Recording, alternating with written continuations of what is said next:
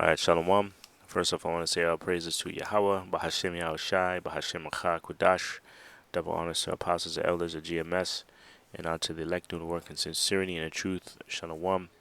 GMS precepts, Nazar Khad here. And real quick, as you can see, read it weep.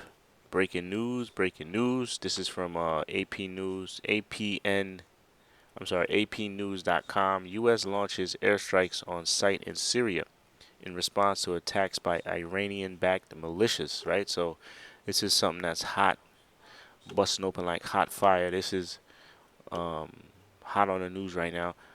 8 more attacks on U.S. This is yeah. It says 8. Wait, this is a 6. What date was this one? This day is the 8th. So yeah, this is something that's ongoing. So um, these attacks that's happening right now. So this is something to watch out for. Right now, basically, what it is now is basically a proxy war situation. But once once the fight is only gonna escalate, and once it escalates, it's gonna escalate to a point where it's not gonna be a proxy war anymore. It's gonna be a full-on war, and we know that once it stops being a proxy war and the war escalates, other nations are gonna start not choosing sides because every nation pretty much chose a side already. But the side that they chose, you're gonna have more and more countries get involved, right? And a big country that will get involved is Russia, right? And the scriptures are referred to as Gog and Magog, right? That's why it speaks about being a guard unto them, right? So this whole situation in the Middle East. The scriptures speak about measuring the time diligently in itself. And when thou seest part of the signs past that I told thee before, then shalt thou know. Um, I'm sorry, I'm mixing. Let me just get it. This is Ezra's. I'm mixing scriptures. Let me go to Second Ezra's, the 9th chapter, and this is a scripture that's always going to be constantly coming out now, because that's the time we're in, right? There we go. Then shall thou understand. Yeah, so I'll start at 1 and 2. Points in 2.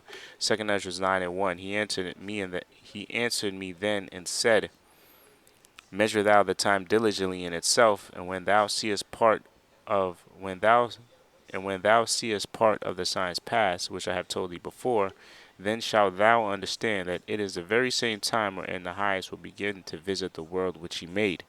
So we understand. No, so let me continue. It says, therefore, when there shall be earthquakes and uproars of the people in the world, then shalt thou well understand that the Most High spake of those things from the days that were before thee, even from the beginning, right? So we understand when we see things like this, wars and rumors of wars, the scripture spoke about earthquakes in diverse places and uproars of the people. We see all of that. All of that is happening right now. But we also have part of the things that he told us before was the prophecy in Ezekiel 38, right? Which I got right here. How it speaks about Russia being a guard onto all these smaller nations, right? So like I said, once this situation, and mind you, we know they use propaganda to beguile the public. Who's to say? Now they're saying this is in response to an attack made by the Iranians, but who knows if that's true, right? Regardless of the fact who's at fault here, we already know is what it's going to lead to, and it's going to lead to it's going to escalate and lead to a bigger war, to the point where it's a third world's war. All these nations are going to start choosing sides. But we know, according to Ezekiel 38, Magog is going to be involved, because right now the scriptures speak about it being a guard onto these smaller nations, right? Ezekiel 38, it says, son of man, set thy face against Gog, the land of Magog, the chief prince of Meshech and Tubal, and prophesy against them.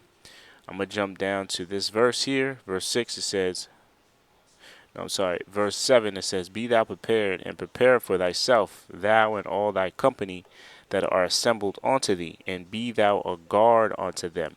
Right? So this is what And one of those countries that is going to be a guard unto them is what? Persia, right? And we know the word Persia, or the name Iran, was changed, I believe, in the late 40s, early 50s. Prior to it being known as Iran, it was known as Persia. Okay, so it's going to be a guard onto Persia. So we know once Iran gets involved, because right now, like I said, it's a proxy war situation. Once it escalates, Iran gets involved.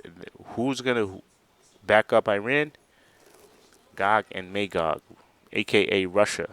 And that's when it's going to just be a full-fledged, full-on situation according to the scriptures. Right? So this is something to watch out for, this whole situation over there. Let's read a little bit. Let's see what they saying. It says U.S. launched an airstrike on a facility in eastern Syria used by Iranian-backed militias in retaliation for what has been growing. In retaliation for what has been a growing number of attacks on bases housing U.S. troops in the region for the past several weeks, right? Which is true, right? I just saw an article saying it was from the 28th. What article was that? I just pulled up an article.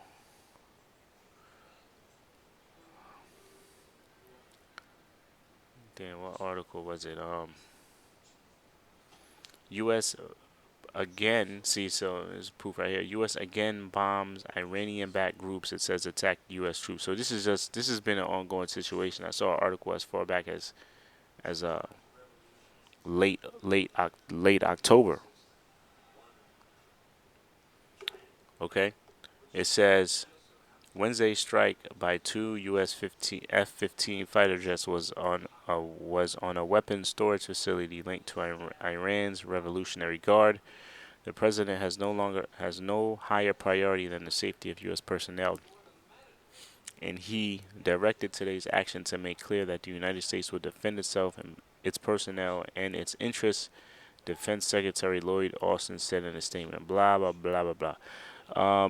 Right. So, regardless of the fact, we know this is something to watch out for and see how much it escalates, because according to prophecy, it's going to escalate into a third world war.